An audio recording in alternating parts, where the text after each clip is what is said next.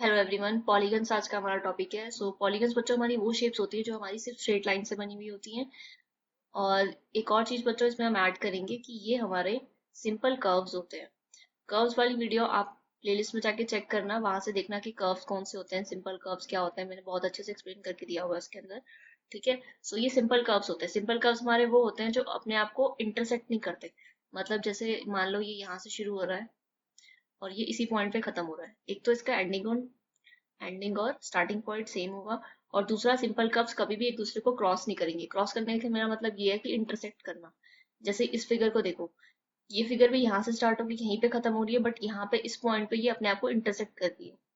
ठीक है, तो ये हमारा पॉलीगन नहीं होगा। पॉलीगन सिर्फ वही होगा जो अपने आप को इंटरसेक्ट नहीं करेगा। और इसकी कंडीशन सबसे बड़ी क्या होती है कि ये सिर्फ स्ट्रेट लाइन से बना हुआ होगा। स्ट्रेट लाइन से मतलब मेरा लाइन सेगमेंट से है। आपका ट्राइंगल हो गया, क्वाड्रिलेटरल हो गया। अब कुछ भी ऐसे करके लाइन सेगमेंट से कोई शेप बना दो, तो वो सब आपकी क्या कहलाएंगी? पॉलीगन्स कहलाएंगी। ठीक है। ये यहाँ पे थोड़ा सा खराब हो गया ये, बट ये बिल्कुल आपका स्ट्रेट लाइन से बना हुआ होना चाहिए। ठीक है। अब ये तो पढ़ लिया आपने, पॉलीगन्स क्या होते हैं, सिंपल कर्व्स होते हैं और सिर्फ लाइन सेगमेंट्स या फिर स्ट्रेट लाइन से बने हुए होते हैं। ठीक है। अब पॉलीगन्स को क्लासिफाई कैसे किया जाता है? पॉलीगन्स को क्लासिफाई करने का बच्चों सबसे पहला जो हमारा जो है बेसिस है, वो है हमारा नंबर ऑफ साइड्स के बेसिस पे। नंबर ऑफ साइड्स के बेसिस पे हम पॉलीगन्स को क्लासिफाई करते हैं। मतलब किसी भी पॉलीगन की अगर 3 साइड है तो उसको हम ट्राइंगल कह देते हैं। ट्राइंगल हमारा ऐसे भी हो सकता है, ट्राइंगल हमारा ऐसे भी हो सकता है, बस शर्त ये है कि उसकी 3 साइड्स होनी चाहिए। ठीक है। क्वाड्रिलेटरल, 4 साइड्स वाले को क्वाड्रिलेटरल बोलते हैं। क्वाड्रिलेटरल क्यों बोलते हैं? क्योंकि क्वाड का मतलब 4 होता है और लेटरल का मतलब साइड्स होता है, तो 4 साइड्स वाला क्वाड्रिलेटरल। 5 वाले को पेंटागन बोलते हैं। पेंट मतलब 5 होता है, तो गन मतलब पेंटागन। ठीक है। और 6 का हेक्सागन, और 8 को बोलते हैं ऑक्टागन, और 7 साइड वाले को भी हम क्या बोलते हैं? सेप्टागन बोलते हैं। ठीक है। तो ये तो हो गया नंबर ऑफ साइड्स के बेसिस पे पॉलीगन्स का क्लासिफिकेशन। नेक्स्ट हमारे पास है डायगोनल्स। डायगोनल्स बच्चों हमारी वो फिगर्स होती हैं, फिगर्स कह रही हूँ, सॉरी। डायगोनल्स हमारे किसी भी पॉलीगन में नॉन कॉन्जिक्यूटिव वर्टिसेस को ज्वाइन करने के बाद बनते हैं। अब जैसे देखो,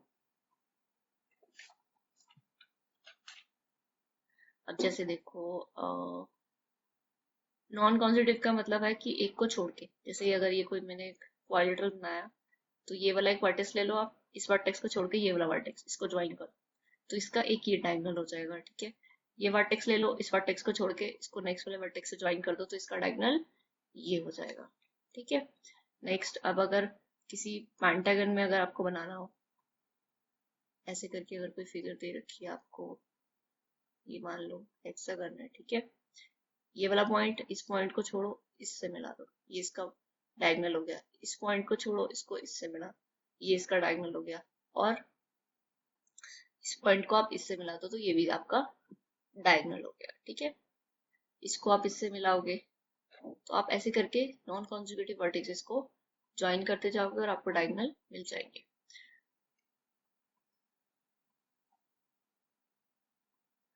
कॉनकेव और कॉन्वेक्स पॉलीगन। कॉनकेव पॉलीगन हमारे वो होते हैं जिनके डायगोनल्स हमारे आउटसाइड होते हैं।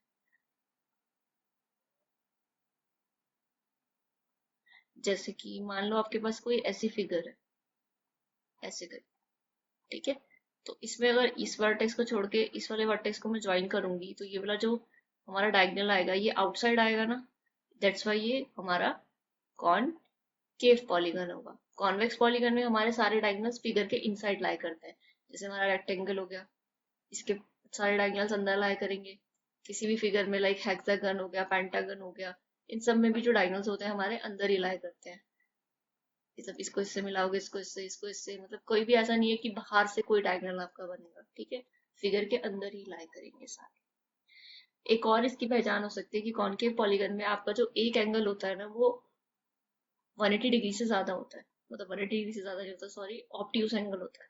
जैसे आप देखो, ये वाला एक एंगल आपको दिख रहा होगा, ऑब्ट्यूस एंगल। तो किसी भी फिगर में अगर एक ऑब्ट्यूस एंगल होगा आपके पास, तो वो आपका कॉनकेव पॉलीगन कहलाएगी। ठीक है। और कॉन्वेक्स पॉलीगन में जो सारे एंगल्स होते हैं आपके, वो एक्यूट एंगल्स होते हैं ज्यादातर, मोस्टली।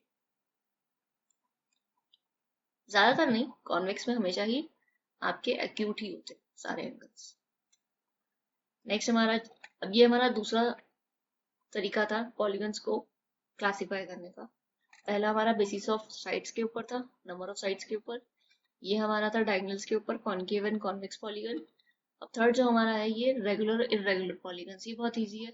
रेगुलर पॉलीगन आपका वो होता है जिसमें आपके ऑल एंगल्स जो होते हैं वो इक्वल होते हैं, all angles are equal and all sides are equal.